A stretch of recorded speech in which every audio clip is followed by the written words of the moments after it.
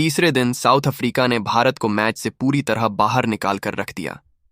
पूरे दिन में भारत के 10 विकेट लेकर साउथ अफ्रीका ने भारत को बैकफुट पर धकेल दिया। लगने लगा कि भारतीय टीम चौथे दिन इस दूसरे टेस्ट मैच और सीरीज दोनों की गवाह देगी। धमाल और भारतीय बल्लेबाजों को ऐसा बिखेरा कि दिखा दिए दिन में तारे और अपनी धमाकेदार गेंदबाजी के बलबूते भारत को मैच से बाहर उखा दिए फेंक दिया। मार्को यानसेन की ऐतिहासिक स्पेल अब काफी बुरी तरह फंस चुकी है टीम इंडिया। परंतु फिर दिन के अंत में हुआ कुछ ऐसा, पलट गया पूरा मैच, जिसे देख भारतीय प्रशंसकों के साथ कोच गौतम गंभीर भी हो गए हैरान। जी हां, आपको इस वीडियो में दिखाने जा रहे हैं आज के भारत साउथ अफ्रीका दूसरे टेस्ट मुकाबले की तीसरे दिन की पूरी हाईलाइट, तो अंत तक वीडियो जरूर देखिएगा। लेकिन इससे पहले अगर आप भी चाहते हो भारतीय टीम ये दूसरा टेस्ट मुकाबला अपने नाम करें, तो इस वीडियो को दिल से एक लाइक जरूर करें। नमस्कार दोस्तों, 2 मैचों की टेस्ट श्रृंखला का दूसरा और अब तक का सबसे रोमांचक, सांसों को रोक देने वाला महामुकाबले का दूसरे दिन का खेल आज क्रिकेट इतिहास की 2 बड़ी टीमें भारत और साउथ अफ्रीका के बीच बरसापारा क्रिकेट स्टेडियम गुवाहाटी में खेला गया। दोस्तों, 2 दिन तो दक्षिण अफ्रीका ने अपने नाम कर लिए थे, लेकिन तीसरे भारत से काफी उम्मीदें थीं।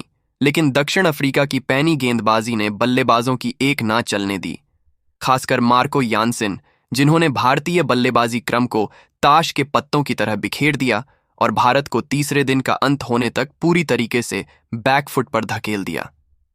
दोस्तों, तीसरे दिन का खेल शुरू होते ही मैदान पर तनाव का माहौल था। भारत को जीत के लिए 479 रनों का पीछा करना था, लेकिन पहले ही सेशन में साउथ अफ्रीका के स्पिनरों ने कमाल दिखा दिया। ओपनिंग के लिए भारत की तरफ से यशस्वी जायसवाल और केएल राहुल क्रीज पर थे।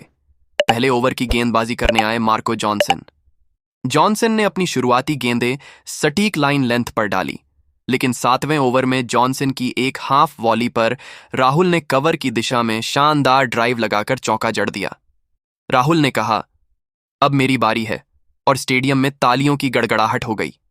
9वें ओवर में फिर जॉनसन गेंदबाजी करने आए और इस बार जायसवाल ने छोटी गेंद को गल्ली 3 11वें ओवर की तीसरी गेंद पर फुल लेंथ पर गेंद डाली और जायसवाल ने मिडन ऑफ के माध्यम से ड्रिल करके चौका जड़ दिया। गेंद इतनी तेज चली कि फील्डर हिल भी ना सके। 11वें ओवर की 5वीं गेंद पर बैक ऑफ लेंथ पर गेंद फेंकी और जायसवाल ने बैकवर्ड स्क्वायर लेग की दिशा में फ्लिक करके फिर चौका बटोर लिया। भारत का स्कोर अब बिना विकेट के नुकसान पर 20 रनों के आसपास पहुंच गया था और दर्शक उत्साहित हो रहे थे। 15वें ओवर की तीसरी गेंद पर महाराज ने मिडिल पर टॉस अप डिलीवरी डाली और जायसवाल ने घुटने पर बैठकर स्वीप शॉट खेलकर deep backward square leg boundary के पार पहुंचा दिया। जायसवाल अब फॉर्म में आ चुके थे। 18वें ओवर में साइमन हार्मर गेंदबाजी करने आए।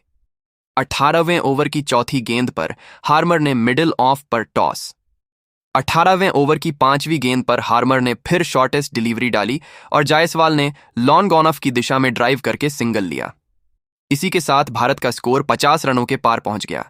20वें ओवर में फिर हार्मर गेंदबाजी करने आए। 20वें ओवर की पहली गेंद पर हार्मर ने फ्लोटेड डिलीवरी डाली और राहुल ने डाउन द विकेट आकर मिड विकेट के माध्यम से विप करके चौका जड़ दिया। बाबू मां की फील्डिंग में गलती हुई और गेंद बाउंड्री तक चली गई।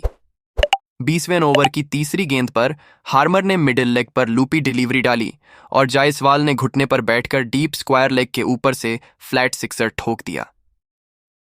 क्या शॉट था दोस्तों, स्टेडियम में हंगामा मच गया।